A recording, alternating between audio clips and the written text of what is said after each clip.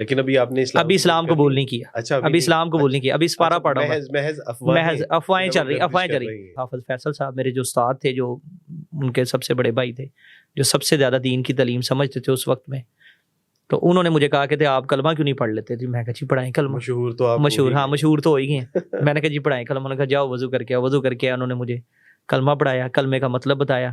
اللہ انہوں نے کہا اشہد ان لا الہ الا اللہ وحدہ لا شریک لہ واشہد ان محمدا عبدہ ورسولہ. اس کا مطلب بتایا. ہاں جی, میں اسلام میں آ گیا. جبکہ آپ کو پتا تھا کہ عیسائی تعلیمات میں اللہ کا کیا تصور ہے, مسیح کے بارے میں, یا جو ان کی عمومی تعلیمات ہے اس کے بارے میں آپ کو کوئی آشنائی تھی؟ تو کافی حد تک تھی. عیسائیت میں یہ تھا کہ ہم اتنے کٹر تھے ہم کہ ہم ہر منگل کے منگل, بارش آندھی طوفان میں ہم نے چاہے ہڑتال بھی ہو تو ہم نے کسی طرح کا طریقے ہم نے چرچ چلے جانا ہے. تو انارکلی چرچ جاتے تھے, ساندے ہمارا گھر تھا اور انارکلی چرچ جاتے تھے.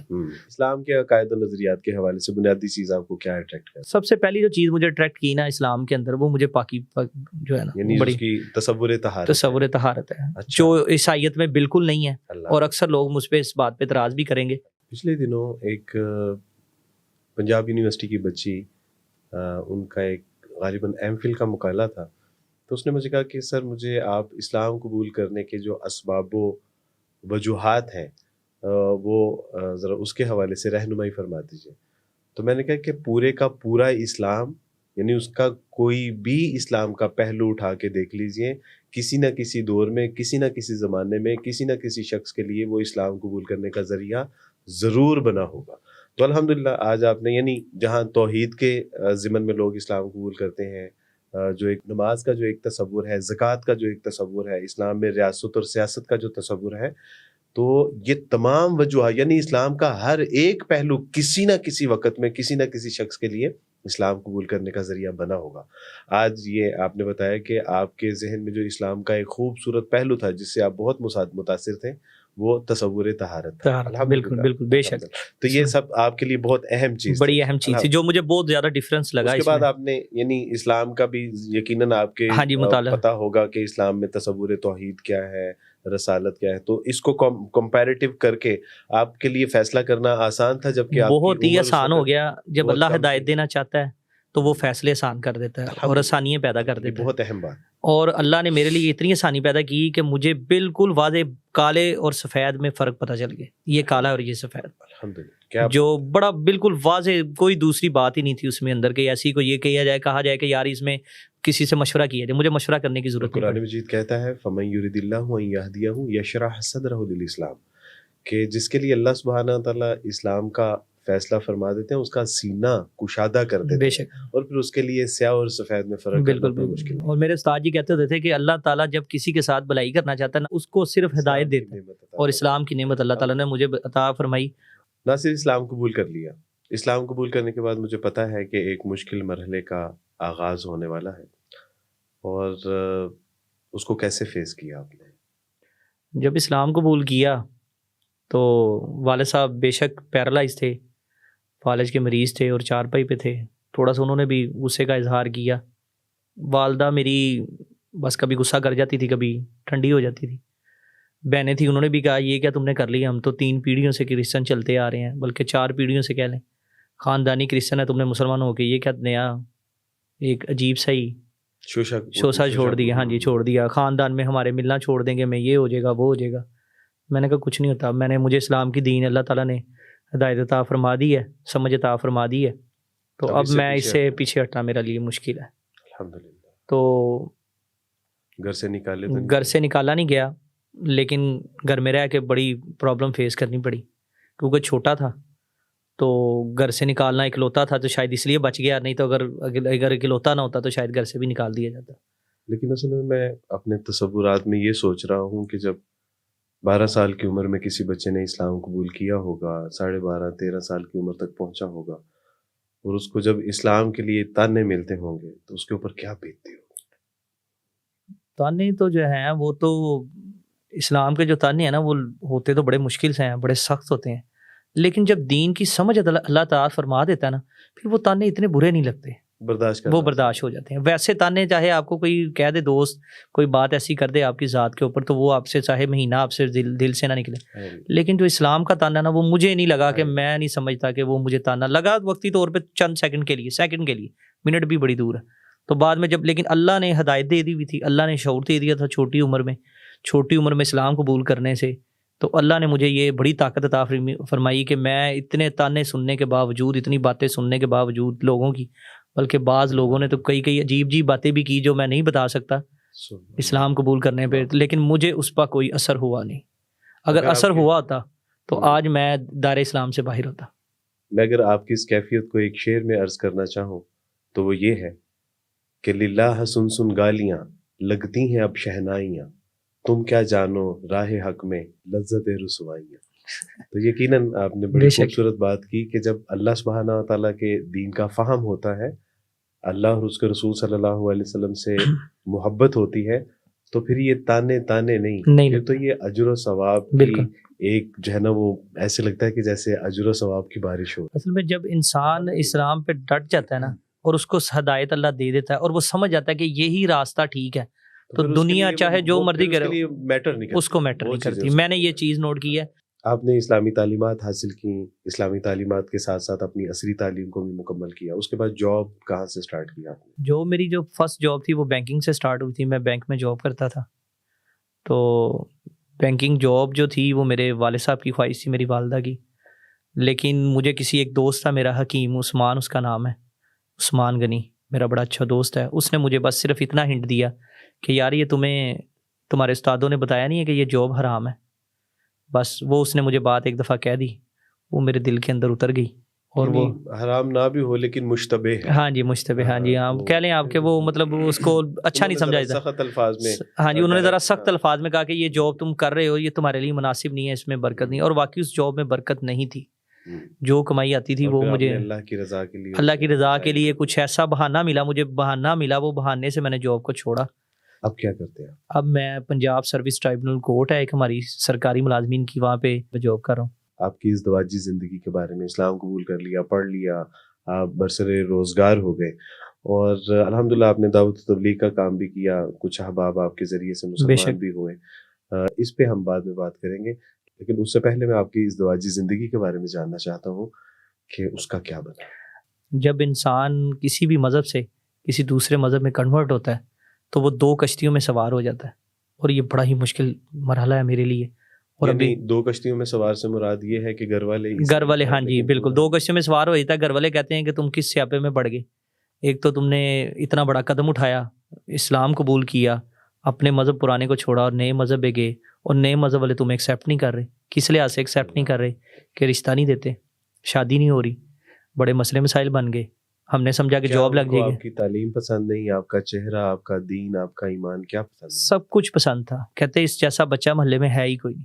ہر بندہ محلے میں, ریپوٹیشن ہر جگہ, ہر بندے نے کہا, آفس میں, دفتر میں, محلے داروں میں, کہ اس جیسا بچہ کوئی نہیں ہے. یہ بڑا اچھا بچہ ہے, بڑا لائق بچہ ہے, بڑا دیندار ہے, لیکن گھر والے کرسچن ہیں اس لیے ہم رشتہ نہیں دیں گے. کوئی کہے گھر لیدا لو, اب میری بوڑھی ماں 2 مہینے, میری بوڑھی ماں میں اس کو چھوڑ کے کہاں جاؤں؟ والد صاحب میرے فوت ہو گئے, میں اپنی والدہ کو چھوڑ نہیں سکتا. اگر چھوڑ کے جاؤں تو والدہ کا خیال کون رکھے گا؟ وہ بزرگ ہیں, بیمار ہیں, ان کی تیمارداری کرنا اسلام میں فرض ہے, میرا حق ہے, میں کروں گا اور کرنا بنتا ہے میرا.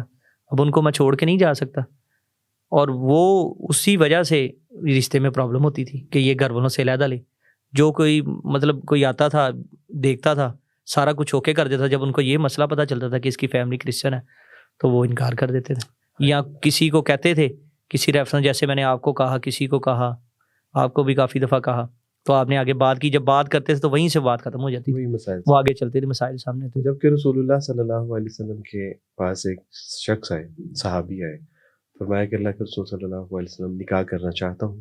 آپ نے ایک رکا لکھ کے دیا اور کہا کہ فلاں کے گھر چلے جاؤ. ان کے والدین سے جب ملے تو کہا کہ میں اللہ کے رسول صلی اللہ علیہ وسلم کی اجازت سے آپ کے یہاں حاضر ہوا ہوں اور آپ کی بیٹی سے نکاح کرنا چاہتا ہوں. تو انہوں نے دیکھا کہ یہ تو حبشی ہیں, اسلام قبول کیا ہے, اور بڑے پاؤں, موٹے ہونٹ, کالی رنگت, اونچا لمبا قد. تو کہا کہ آپ نے یہ کیسے فیصلہ کر لیا کہ آپ ہماری بیٹی سے شادی کریں گے؟ تو پیچھے سے جب ان کی بیٹی کو یہ اطلاع ملی کہ رسول اللہ صلی اللہ علیہ وسلم نے کسی کو میرے ساتھ نکاح کے لیے بھیجا ہے، تو فرمایا کہ اماں ابا آپ اس شخص کو نہ دیکھیے، جس شخص نے اس کو بھیجا ہے آپ اس کو دیکھیے، مجھے اس سے نکاح کرنے میں کوئی اعتراض نہیں ہے۔ تو اللہ سبحانہ تعالیٰ کے یہاں یہ ہمارے درجات کی بلندی کا ایک ذریعہ ہے۔ یقیناً اللہ نے اگر ہمیں پیدا کیا ہے، مسلمان بنایا ہے، تو ہمارے لیے کسی مسلمان کو پیدا بھی کیا ہوگا۔ بے شک اللہ کے یہاں دیر ہے لیکن اندھیر نہیں ہے۔ انشاءاللہ آپ کو کوئی بہت اچھا انشاءاللہ نیک صالح رشتہ میسر آنے والا ہے۔ انشاءاللہ مجھے اللہ کے یہاں بہت انشاءاللہ امید ہے کہ انشاءاللہ یہ ہوگا۔ ناصر، ماضی میں کوئی ایسا واقعہ کہ جس کے سبب آپ کو یہ محسوس ہوا ہو کہ کاش میرے ماں باپ بہن بھائی بھی مسلمان ہوتے تو میرے ساتھ اس طرح سے شفقت محبت احسار کرتے جس طرح کے دوسرے لوگوں کے ساتھ کیا جاتا ہے؟ کوئی زندگی میں ایسا واقعہ بھی رونما ہوا؟ جب میں مسلمان ہوا اور اعتکاف پہ بیٹھا تو مجھے نہیں پتا تھا کہ اعتکاف کی کتنی اہمیت ہے، کتنا رتبہ ہے اور کیا پروٹوکول ملتا ہے مسلمان جب ایک بچہ اعتکاف پہ بیٹھتا ہے یا کوئی بھی اعتکاف پہ بیٹھتا ہے۔ تو میں جب اعتکاف پہ بیٹھا، جب میں اٹھا تو جس دن اعلان ہوا کہ صبح عید ہے، تو میرے دوست تھا اور بھی ساتھی تھے، کسی کے لیے کاٹن کا سوٹ آ رہا ہے، کسی کے لیے جوتی آ رہی ہے، کسی کے لیے نئے کپڑے آ رہے ہیں، کسی کے لیے کچھ آ رہا ہے، کسی کو ہار آ رہے ہیں، کسی کی تصویریں اتر رہی ہیں، کسی کے لیے کچھ ہو رہا ہے، کسی کے لیے کچھ ہو رہا ہے، مجھے کوئی نہیں بلا رہا۔ وہ بات میرے دل کے اندر لگی اور میں گھر والوں کو کچھ کہہ بھی نہیں سکتا تھا کیونکہ ان کو ساری مسجد خالی ہو چکی۔ ہاں جی، مغرب کے بعد ساری مسجد خالی ہو چکی، عشاء کا ٹائم قریب تھا، بالکل قریب تھا۔ تو میں بڑا پریشان کہ میں کیا کروں، کس طرح یہ اس کو میں ہینڈل کروں، اور دل میرا اندر سے پھٹ رہا تھا کہ اتنا پروٹوکول مل رہا ہے اور مجھے کوئی پوچھ بھی نہیں رہا۔ کسی کو ہار پہنائے کسی کو ہاں جی رشتے دار آ رہے ہیں اور لیکن آپ وہاں پہ تنے تنہا۔ تھوڑی دیر بعد مجھے بڑا فیل ہوا، پھر میں نے کہا میرے گھر والوں کو تو اسلام کا پتہ ہی نہیں ہے، ان کو تو اللہ نے معافی دی ہے، ان کو پتہ ہی نہیں اسلام کا، ان کو کیا پتہ ہو کہ اعتکاف کی اہمیت کیا ہے، کیا اس کا رتبہ ہے۔ تو میں نے کہا چلو چھوڑو کوئی بات۔ اتنی دیر ہوئی تو جو میرے استاد تھے جن کے پاس ہم پڑھتے تھے، ان کے والد صاحب عبدالرشید قمر خطاط صاحب، اللہ تعالیٰ ان کے لیے آسانیاں پیدا کرے، اللہ ان کے درجات بلند کرے، اللہ ان کو ہمیشہ خوش و خرم رکھے۔ تو میرے بڑے اچھے استاد ہیں وہ بھی، ان سے بھی ہم نے بڑا کچھ سیکھا۔ انہوں نے آئے تو انہوں نے آ کے کہا بیٹا آپ پریشان کیوں ہوتے، آپ کو لینے میں آیا ہوں۔ تو میرے لیے بڑی باعث فخر کی بات تھی کہ اتنے بڑے استاد ہمارے، ان کے والد صاحب وہ مجھے لینے آئے۔ نام ہے ان کا ایک نام ہے خطاطی میں، ان کا نام ہے، ایک بہت بڑے خطاط ہیں وہ، روزنامہ جنگ اور نوائے وقت میں کیلی گرافی کرتے رہے ہیں، بڑا نام ہے، کالم شالم بھی لکھتے ہیں وہ۔ تو انہوں نے مجھے کہا کہ میں بیٹا تمہیں لینے آیا۔ انہوں نے مجھے بوسہ دیا، جپی ڈالی، حق کیا، بوسہ دیا مجھے اور مجھے کہا میں تمہیں لینے آیا، تم نے گھبرانا نہیں۔ اور پھر اس کے بعد مجھے جو میرے استاد تھے حافظ فیصل صاحب، انہوں نے ایک سوٹ گفٹ کیا، اور مجھے باٹا کی ایک جوتی تھی جو ہم نے کبھی آج تک کبھی پہنی نہیں تھی، 100 روپے سے اوپر جوتی نہیں پہنی تھی اس دور میں۔ تو انہوں نے مجھے پتہ نہیں وہ اس ٹائم غالباً 1200 یا 800 روپے کی جوتی تھی، وہ مجھے انہوں نے کہا پسند کرو، جو دل کرتا ہے وہ لو اور کسی کو بتانا نہ۔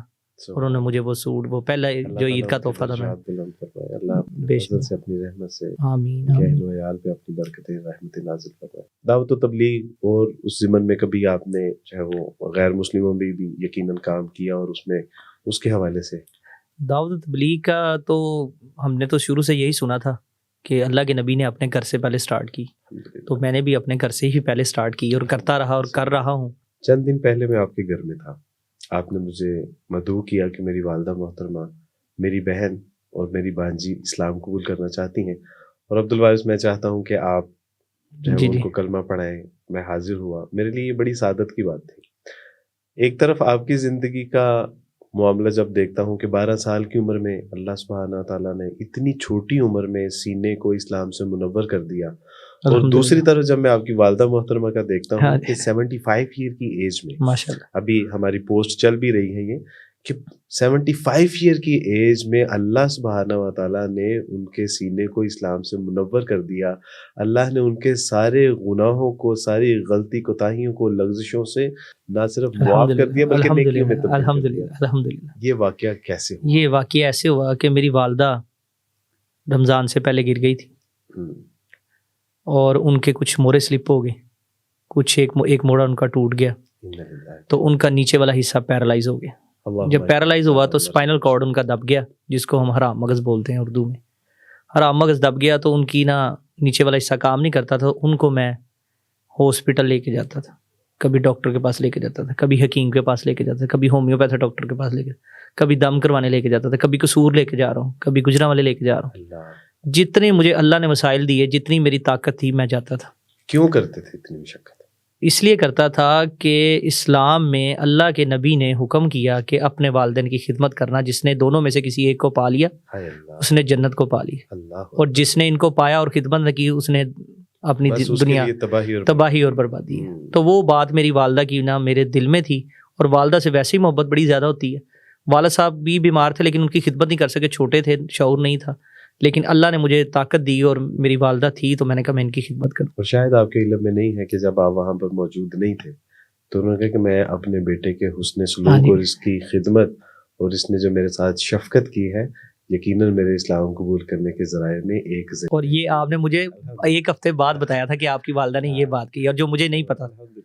اور میں نے اس دفعہ تہیہ کر لیا اپنے اللہ سے، تہجد میں رمضان کا موقع ملا، رمضان سے پہلے بیمار ہوئی، رمضان میں نے خصوصی دعائیں کی اللہ تعالیٰ سے. میں نے اللہ سے کہا اللہ تو 7ویں آسمان سے پہلے آسمان پہ آ جاتا ہے، تو سنتا ہے. میں نے ہاتھ کھڑے کر کے 2 ہاتھ رو کے آنسو بہا کے اللہ سے تہجد میں دعائیں کی. میری والدہ کے لیے جو دعا جو میرے دل سے نکلی نا، اس کا ذریعہ میرا ایک دوست ہے آصف، جہاں سے میں کٹنگ کرواتا ہوں، وہ میرے لیے والدہ کا بڑا ہی اچھا ذریعہ بنے. انہوں نے ایسی بات میرے دل کے اندر کی کہ جو میرے دل کے اندر ڈھیر کر گئی، اور اس نے مجھے اتنا مجبور کیا کہ میں نے اللہ سے گڑ گڑا کے دعائیں مانگی. انہوں نے کہا کہ میں نے کہا جی میں چاہتا ہوں میری شادی جو ہے نا وہ میری والدہ کی حیاتی میں ہو جائے، جب تک میری والدہ زندہ ہے میرے ان کے سامنے وہ میری شادی دیکھ لیں. تو اس نے کہا یہ کوئی بڑی بات نہیں ہے، شادی زندگی میں ہو جاتی ہے، آپ دعا کریں کہ آپ کی والدہ کو اللہ تعالیٰ اسلام پہ موت عطا فرمائے. اس کی بات مجھے ایسی دل میں ڈیر کی، اتنی محبت اس کی بات میں لگی. اس کے بعد میں نے دعاؤں میں زور کرنا شروع کر دیا، ایسا زور لگایا. پھر اللہ تعالیٰ نے ایسی آسانی پیدا کی کہ جس دن عید کا دن تھا دوسرا، تو میں نے والدہ کو سمجھایا، ان کو کہا کہ آپ اسلام کے بارے میں اس کو سمجھیں. ان کو میں نے بتایا کہ حضرت عیسیٰ کے بارے میں، کہ حضرت عیسیٰ خدا کے پیغمبر تھے جس طرح اللہ کے نبی تھے. دعوت تو آپ شروع سے ہی دے رہے ہیں، دعوت تو شروع سے آپ کی دعوت میں ذرا دعوت میں اب آگی محبت آ گئی ان کے دلوں میں. تو انہوں نے، میں جب عید کے نماز پڑھ کے میں گھر آیا تو تھوڑی دیر کے لیے سو گیا. جب اٹھا تو اوپر آیا تو باجی میری کہتی کہ امی کلمہ پڑھنا چاہتی ہے. وہ جب میں نے وہ بات سنی سبحان اللہ، تو میرے تو رونگٹے کھڑے ہو گئے. میں اتنا خوشی سے، میرے پاؤں زمین پہ لگے ہی نا، اتنی خوشی زندگی میں مجھے کہ میں آپ کو بتا نہیں سکتا. میں نے کہا میں نے دنیا میں کامیابی حاصل کر لی، آخرت اور دنیا دونوں میں کامیابی حاصل کر لی. دنیا میں بھی مجھے سکون مل گیا اور آخرت میں بھی مجھے، میں اپنی ماں کی کم از کم بخشش کی دعا تو کر سکتا ہوں اللہ کے آگے، جو کہ پہلے میں نہیں کر سکتا. الحمدللہ اللہ سبحانہ تعالیٰ نے آپ کی دعاؤں کو قبول فرمایا، اور یقیناً اللہ کے یہاں دعاؤں کی قبولیت ہوتی ہے. اگر کوئی کمی کوتاہی ہے تو وہ ہمارے مانگنے میں ہے. ایک شخص جو غلاف کعبہ کو پکڑ کے دعا مانگتا تھا اور غیب سے آواز آتی تھی کہ لا تقبل، کوئی قبولیت نہیں ہے، چلے جاؤ یہاں سے. لوگوں نے کہا کہ تم ہر سال آتے ہو یہاں پہ دعائیں مانگتے ہو اور آواز آتی ہے کہ کوئی قبولیت نہیں، تو کیوں مانگتے ہو دعائیں؟ کہا کہ پھر آپ ہی بتا دیجئے کہ وہ کون سا در ہے کہ جہاں پہ دعائیں مانگی جاتی ہیں اور پھر قبول ہوتی ہیں، اور میں یہاں پہ نہ ہوں تو پھر کہاں جاؤں؟ تو یقیناً وہ در میرے اللہ کا در ہی ہے کہ جہاں دعاؤں کی قبولیت ہوتی ہے. اور ہمارے سارے ناظرین یہ بات سن بھی رہے ہیں، دیکھ بھی رہے ہیں کہ اللہ سبحانہ تعالیٰ نے ایک مہینے میں مانگی ہوئی آپ کیسی دعاؤں کو رنگ بے شک یہ میرے اللہ کا فضل ہے. الحمدللہ. الحمدللہ. ناصر امت کے لیے کوئی پیغام دینا چاہیے؟ امت کے لیے پیغام میرا سب سے اہم یہی ہے کہ جب انسان اسلام قبول کرتا ہے تو یہ بڑا مسئلہ مسائل ہوتا ہے کہ اس مسجد میں نماز نہ پڑھو، اس مسجد میں نماز نہ پڑھو، اس مسجد میں نماز نہ پڑھو. تو جو مسلمان ہے وہ تو اپنے فقہ کے اوپر ڈٹا ہوتا ہے، لیکن جو عیسائی سے مسلمان ہوتا ہے یا کسی بھی مذہب وہ محض مسلمان ہوتا ہے، اس کو بھی ان چیزوں کا یہ پتہ نہیں ہوتا کہ یہ کیا کیٹیگری ہے ان کی. تو میرا یہ پیغام ہے امت کے لیے کہ ایک تو اتحادی ہونا چاہیے، ان کو سب کو اکٹھے ہونا چاہیے، اور کسی پہ نماز پڑھنے پہ اختلاف نہیں ہونا چاہیے. نماز اب جہاں پڑھنا چاہیے، جہاں پڑھنا چاہیے، جہاں نماز ہو پڑھنا چاہیے. پہلے میں جو ہے نا تھوڑا سا کنفیوز تھا اس بارے میں، لیکن اب میں الحمدللہ جہاں مجھے ٹائم ملتا ہے میں نماز پڑھتا ہوں. نماز میں کبھی چھوڑی نہیں ہے، نہ کبھی روزہ چھوڑا ہے، نہ چھوڑنے کی کوشش کرتے ہیں. ناصر جزاکم اللہ حسن. اللہ سبحانہ تعالیٰ آپ کا اسلام لانا، ایمان لانا، آپ کے اہل و عیال کا ایمان میں داخل ہونا اللہ سبحانہ تعالیٰ قبول و منظور فرمائے، اور آپ کو لاکھوں لوگوں کے قبول اسلام کا ذریعہ بنا دے. آمین. آمین. ناظرین، میں ناصر کے پیغام پہ لبیک کہتے ہوئے یہ عرض کرنا چاہتا ہوں کہ اللہ سبحانہ تعالیٰ مجھے، آپ کو، ہم سب کو ایک اچھا، سچا، پکا مسلمان بننے کی توفیق عطا فرمائے، اور اللہ سبحانہ تعالیٰ ہمیں اس فرقہ واریت کے فساد سے محفوظ رکھیں، ایسا محفوظ رکھیں کہ جس طرح اللہ سبحانہ تعالیٰ کو مطلوب ہے، محبوب ہے اور مقصود ہے۔ اقبال رحم اللہ کے ان اشعار کے ساتھ میں اجازت چاہوں گا کہ فرقہ بندی ہے کہیں اور کہیں ذاتیں ہیں، کیا زمانے میں پنپنے کی یہی باتیں ہیں، یوں تو مرزا بھی ہو، سید بھی ہو، افغان بھی ہو، تم سبھی کچھ ہو، بتاؤ تو مسلمان بھی ہو۔ عبدالوارث کو اجازت دیجیے۔ السلام علیکم ورحمۃ اللہ وبرکاتہ۔